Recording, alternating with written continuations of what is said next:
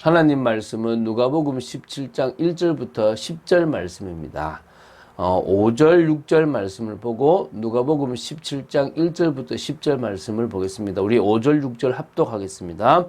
사도들이 주께 여짜오되 우리에게 믿음을 더하소서 하니 주께서 이르시되 너희에게 겨자씨 하나일 만한 믿음이 있었더라면 이 뽕나무들어 뿌리가 뽑혀 바다에 심기어라 하였을 것이요 그것이 너희에게 순종하였으리라. 아멘. 자, 지금 누가복음의 어떤 지금 진행되는 과정을 조금, 그러니까 뭐 구성을 좀 봤으면 좋겠습니다. 누가복음 그 9장 51절부터 19장 27절까지의 사역이 예수님의 후기 사역입니다. 그 뒤가 이제 공생의 사역이라고 생각하시면 됩니다. 그러면 이제 오늘까지가 그 후기 사역 중에서 그 중간쯤에 해당되는요. 누가복음 14장 1절부터 17장 10절까지의 이 베레아 지방의 사역이라고 보시면 됩니다. 그리고 이제 다음 주부터 보게 될 그 내용은 17장 11절부터 19장 27절까지인데 계속 지금 예루살렘을 향하는 중 아닙니까? 그렇죠? 그 순회 전도 기간 중에서 일어났던 또 일련의 사건들을 기록하고 있습니다. 그리고 이제 예루살렘으로 입성을 하신다고 보시면 됩니다. 이제 예루살렘 입성이 얼마 남지 않았다라고 보시면 됩니다. 이제 그러는 중에 이제 베레아 지방의 사역을 오늘 마무리하신다고 보시면 됩니다. 그래서 이 누가복음 17장 1절부터 10절은 이제 그 베레아 지역의 마지막 부분인데 제자도와 관련한 내용으로서 제자들이 갖추어야 할 그러니까 덕목 반드시 가져야 될 마음들 중심들에 대해서 언급하고 있습니다. 문맥상 이 문단도 위에서 나타난 바리새인들의 자세와 좀 대조시키는 그런 가운데서 주신 교훈이라고 생각됩니다. 그러니까 너무 바리새인들은 이런 삶을 살았는데 너희들은 이렇게 살기를 바란다. 그래서 어떻게 보면 그 당시 정의되어 있던 바리새인에 반한 메시지를 주셨다 생각하면 됩니다. 그게 또 치우쳐서 잘못되니까 다시 또 반대의 어떤 방향을 주게 되고 계속 이렇게 이 교회는 계속 한쪽에 치우치게 됩니다. 그러니까 우리도 잘못하면 한쪽 메시지에 치우쳐서 한쪽 방향으로만 가게 되는 겁니다. 그게 교리가 가지고 있는 문제일 수도 있거든요.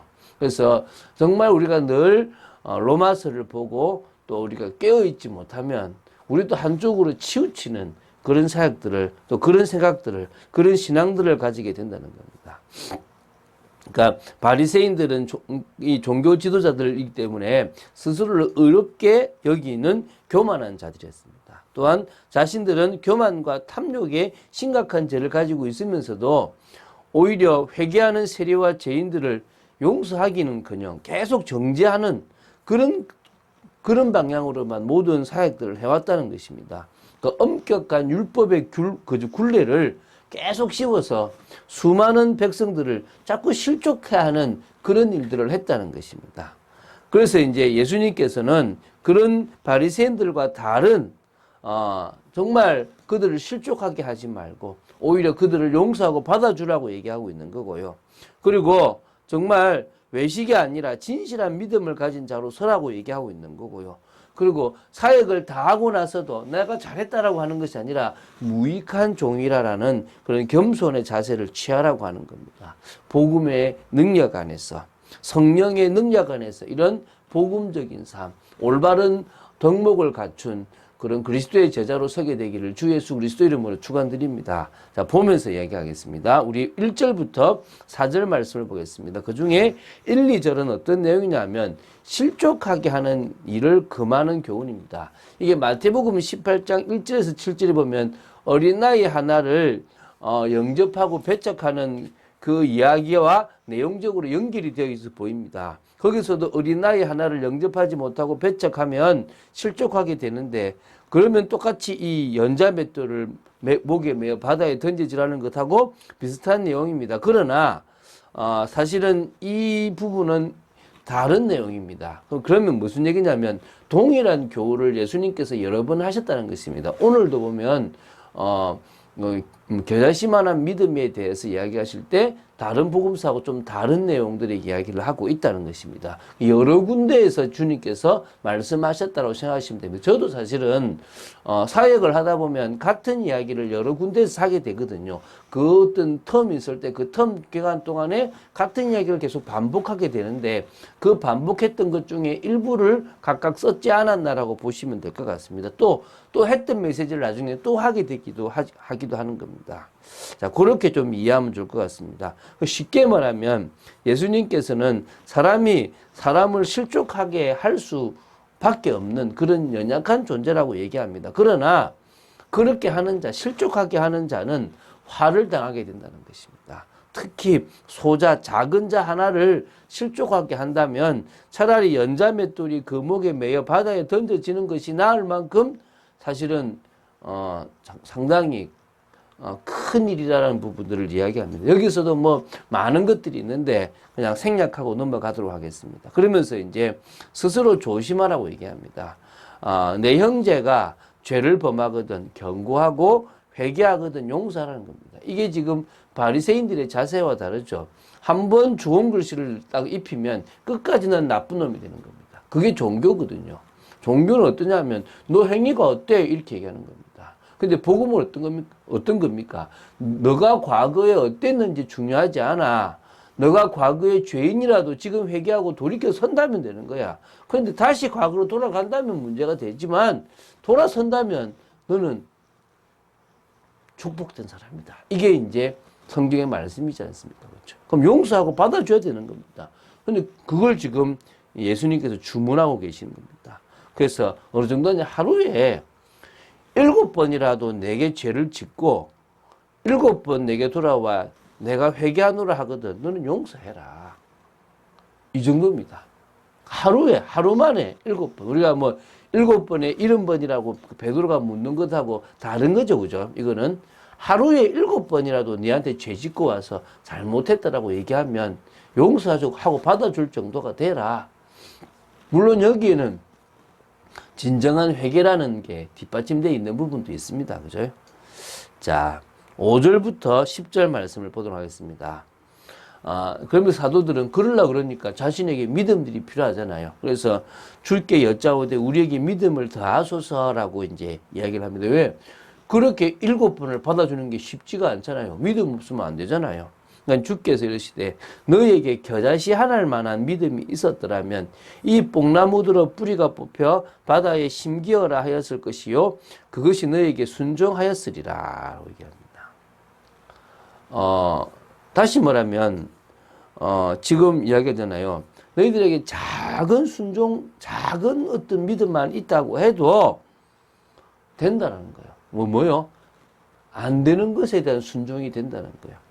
그 당시 이 뽕나무, 갑자기 우리가 보도 이 산들어 들려 바다에 던지우라. 이거는 알았는데, 뽕나무라는 거는 저도 많이 봤는데, 좀 생소하더라고요. 이 뽕나무가 흑뽕나무라고 합니다. 이집트와 팔레스타인에서 흔히 볼 수 있는 나무입니다.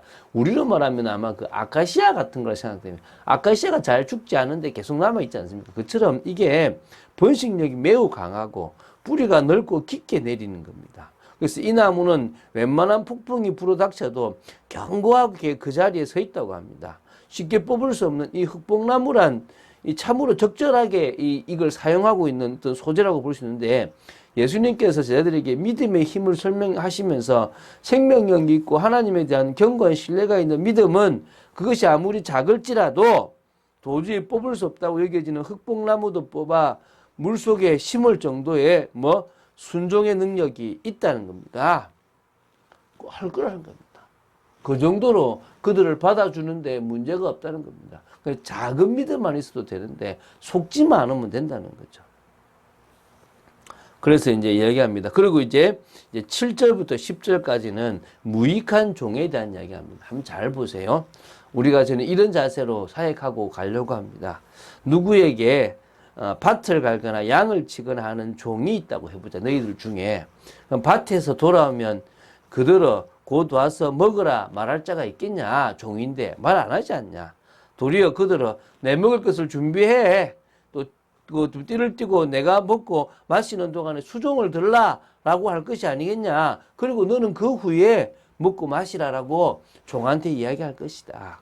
그런데 그렇게 해줬다고 해서 종에게 고맙다라고 얘기하는 주인이 있냐? 없다.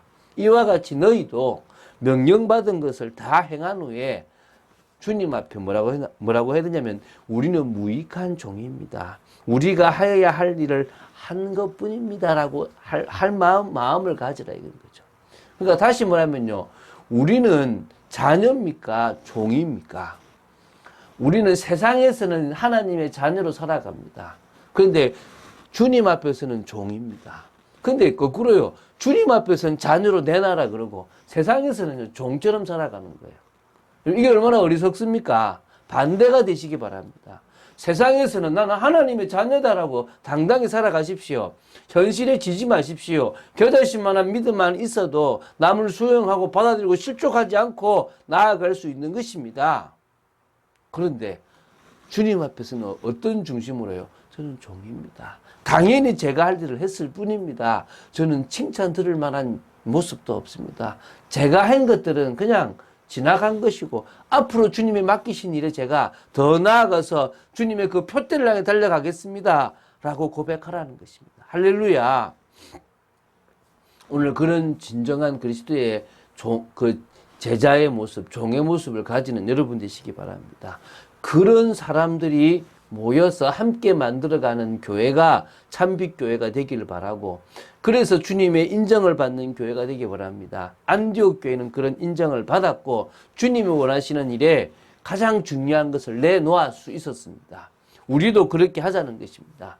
혹시 정말 우리 교회에 꼭 필요한 그런 부분이 있다면 그것을 내놓고 주님을 위해서 사용할 수 있을 만큼의 믿음의 사람으로 서게 되기를 바랍니다. 정말 빛을 발하는 참빛교회. 그래서 그 사명을 감당하고 나서도 정말 저희들은 당연히 해야 될 것을 했던 무익한 종입니다. 또 맡기실 것이 있으면 말씀하십시오. 주님, 주님의 뜻대로 살겠습니다. 라고 고백하는 저희들이 되어지기를 주 예수 그리스도 이름으로 축원드립니다. 주는 그리스도시요 살아계신 하나님의 아들이심을 고백합니다. 너무나 중요한 말씀을 오늘 우리가 말씀 속에서 보게 되었습니다. 아버지 하나님, 정말 저희들이 어떤 그리스도의 제자로서의 자세를 취해야 될지 알게 하심을 감사합니다. 끝까지 믿음으로 그 길을 걸어갈 수 있는 저희들 되도록 지켜 주시옵소서. 주 예수 그리스도 이름으로 기도드립니다. 아멘.